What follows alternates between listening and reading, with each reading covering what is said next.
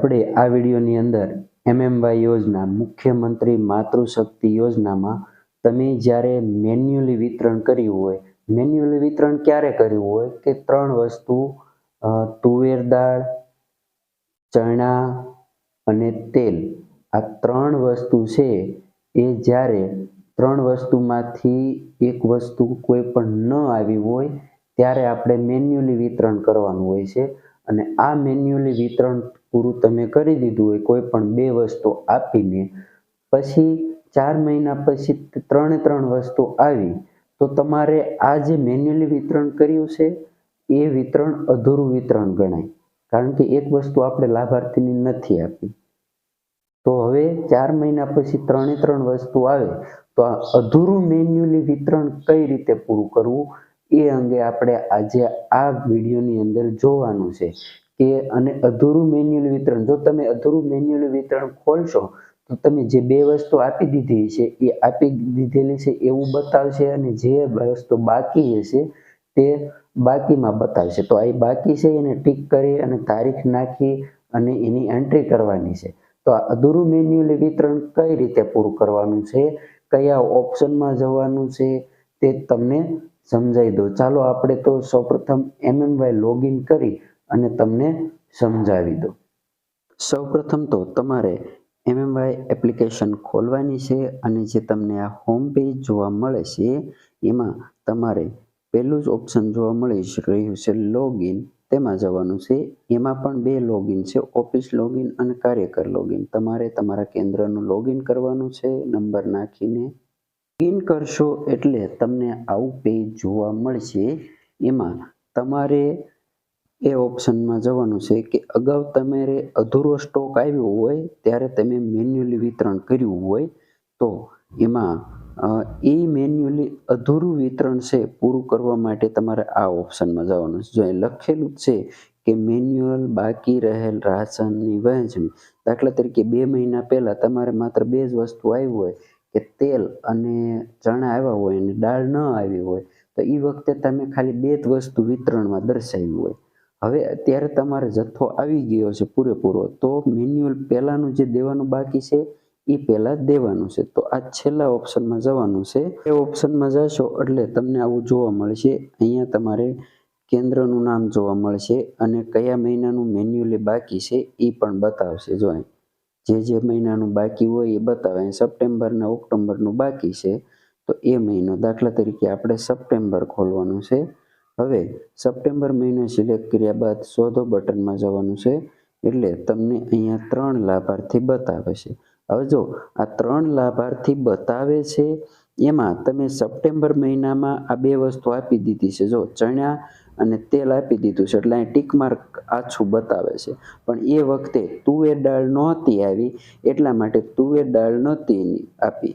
તો હવે તમારે કદાચ ચાલુ મહિનામાં તુવેર દાળ આવી ગઈ છે તો તમારે શું કરવાનું છે, તો અહીંયા તુવેર દાળમાં ટીક કરવાનું છે અને ત્યારબાદ તમારે આ જે ખાનું ખાલી દેખાય છે એ ખાનામાં જવાનું છે એટલે તમારું એક કેલેન્ડર ખુલશે.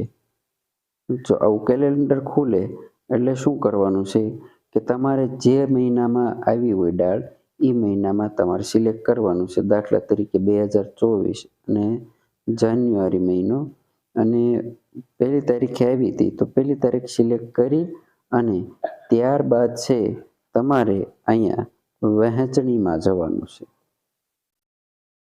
વહેંચણીમાં જશો એટલે જો સફળતાપૂર્વક વહેંચણી થઈ ગઈ છે, જો એવો મેસેજ આવશે અહીંયા તમને જોવા મળી રહ્યો છે. હવે જો હવેની પ્રોસેસ છે એ ખાસ યાદ રાખજો.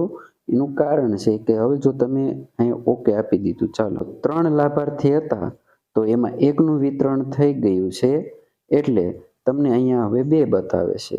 તો હવે પાછું તમારે આમાં તુવેર દાળમાં ટીક કરવાનું છે અને કેલેન્ડરમાં જવાનું છે અને અહીંયા જે વર્ષ, જે તમારે જે વર્ષમાં આવ્યું હોય, 24માં જાન્યુઆરી મહિનામાં આવ્યું છે કે જે તારીખે તમે વિતરણ કરો છો, દાખલા તરીકે 1 તારીખ, તો એ તારીખે તમારે વહેંચણી.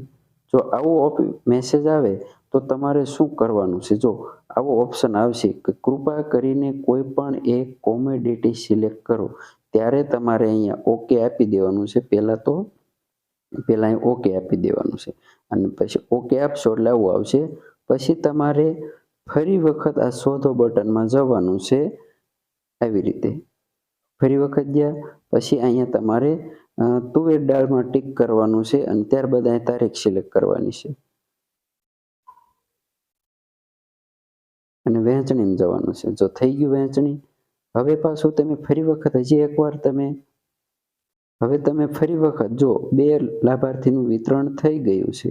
હવે તમે ફરી વખત તમે વિતરણમાં જશો એટલે પાછું એવું કોમોડિટી વાળું આવશે. તો તમારે શું કરવાનું છે? જો આવ્યું તો તમારે પાછું ઓકે આપી અને અહીંયા શોધો બટનમાં જવાનું છે અને ત્યારબાદ અહીં ટીક માર્ક કરી અને અહીંયા ઓકે. આવી રીતે છે. હવે જો અહીં ઓટોમેટિક આપણે સપ્ટેમ્બર મહિનાનું વિતરણ થઈ ગયું એટલે અહીંયા તમને ઓટોમેટિક છે ઓક્ટોબર મહિનો બતાવે છે. તો હવે ઓક્ટોબર મહિનાનું પણ આપણે એવી રીતે વિતરણ કરી દઈએ. પહેલાં અહીંયા ટીક માર્ક કરીશું, પછી તારીખ સિલેક્ટ કરશું અને વહેંચણીમાં જશું. જો પાછું આવ્યું કોમોડિટી સિલેક્ટ કરો તો ઓકે આપવાનું છે અને શોધો બટનમાં જવાનું છે. ત્યારબાદ ફરીવાર ટીક કરો અને વહેંચણી કરો. તો થઈ ગયું. હવે 1 લાભાર્થી ઘટી જાય છે. જો 1 લાભાર્થી ઘટી ગયું કારણ કે એનું વિતરણ થઈ ગયું.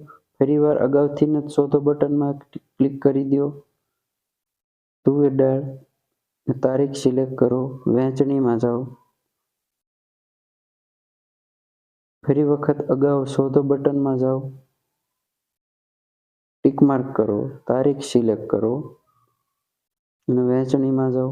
તો આવી રીતે છે તમારે MMYનું સ્ટોકનું જે અધૂરું રહી ગયેલું સ્ટોક વિતરણ પૂરું કરી દેવાનું છે ઓનલાઈન અને ઓફલાઈન પણ. તો આવી રીતે છે MMYની અંદર મેન્યુઅલ જથ્થો તમે પહેલાં આપેલો હોય પણ એમાં એક વસ્તુ દેવાની બાકી રહી ગઈ હોય તો આ વખતે તમારે જાન્યુઆરી માસમાં આવ્યું હોય તો તમે આવી રીતે મેન્યુઅલ અધૂરો સ્ટોકનું વિતરણ પૂરું કરી શકો છો.